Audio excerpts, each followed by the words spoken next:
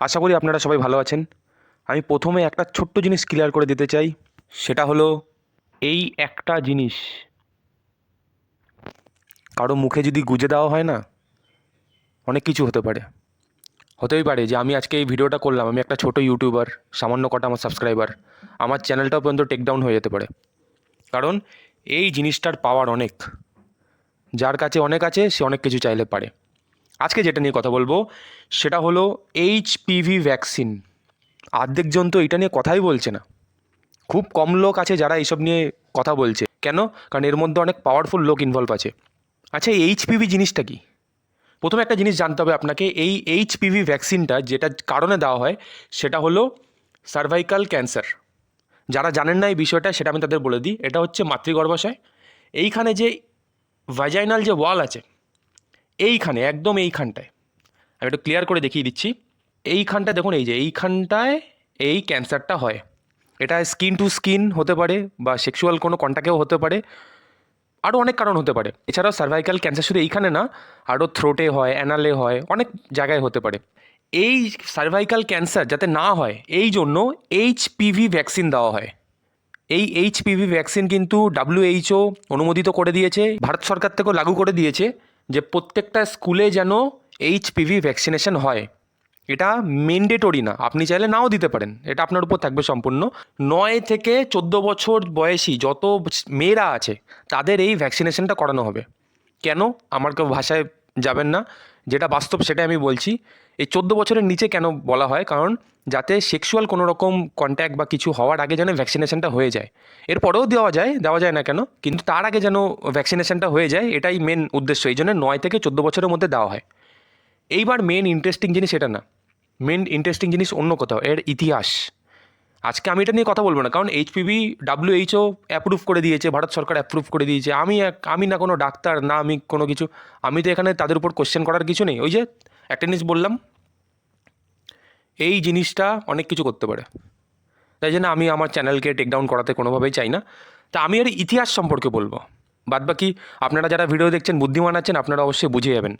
তা HPV-9 এই যে ভ্যাকসিনটা, এবার আচ্ছা 9টা কেন? 9 মানে হচ্ছে 9 রকমের ক্যান্সার থেকে প্রতিরোধ করতে পারে এই জিনিসটা, ওই জন্য HPV-9। এইবার মেন ইন্টারেস্টিং জিনিস, যদি ইতিহাসের পাতায় যাই, এই HPV নিয়ে কিন্তু প্রচুর কোশ্চেন আছে।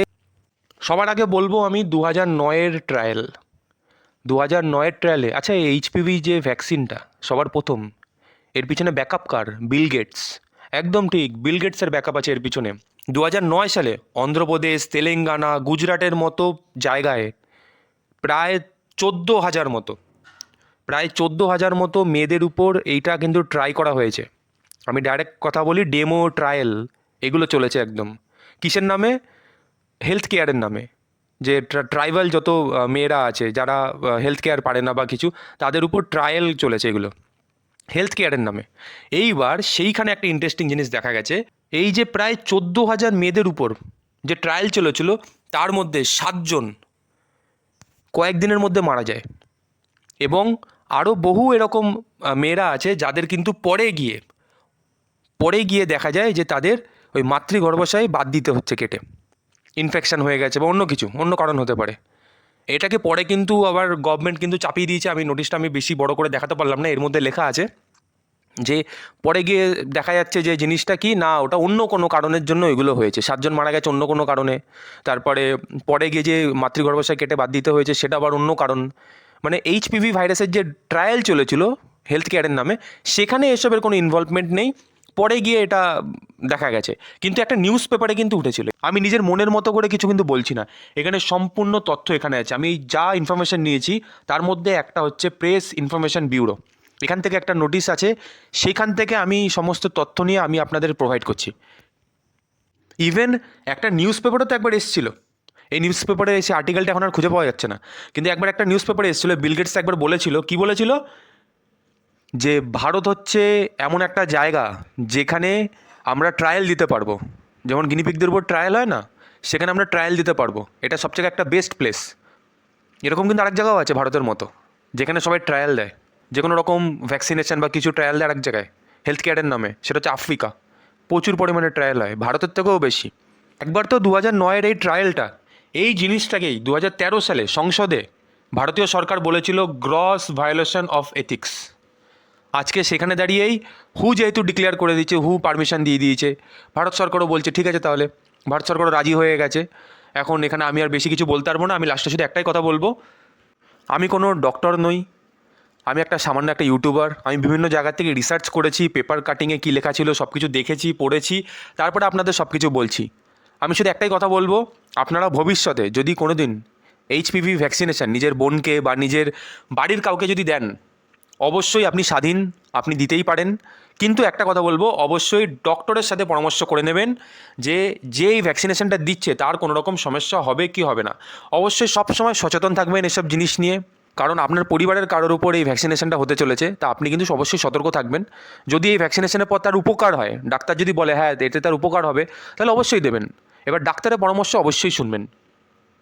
এই হলো সেই ভ্যাকসিনেশন, এইচপিভি ভ্যাকসিনেশন, যেটা গার্ডেসেল 9 বলে আমেরিকায় ফেমাস। প্রচুর একে নিয়ে কথা আছে, এই গার্ডিসেলকে নিয়ে। আমি আমেরিকার দুজন ফেমাস পার্সনের আমি একটা ভিডিও ক্লিপ আপনাদের এখানে প্রোভাইড করে দেবো, যাতে দেখতে পারেন এই গার্ডিসেল নিয়ে ওরা কী বলেছে। গার্ডিসেল মানে হচ্ছে এইচপিভি যে ভ্যাকসিনটা, সেটাই। ওরা কী বলছে একটু ভালো করে একটু শুনে নেবেন।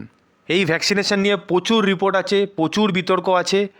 আমি বিশাল কিছু একটা বলবো না, আমি চাই না আমার এই নতুন চ্যানেলটা টেকডাউন হয়ে যাক। আমি লাস্টে ভিডিও ক্লিপটা দিয়ে দেবো, অবশ্যই দেখে নেবেন। দেখা হবে নেক্সট কোনো আপডেট নিয়ে। Gardasil is probably the single worst mass vaccine that we've ever seen. What are the worst vaccines on the market? I mean, in terms of most harmful. I mean, the Gardasil vaccine is, we have lots of calls about the Gardasil.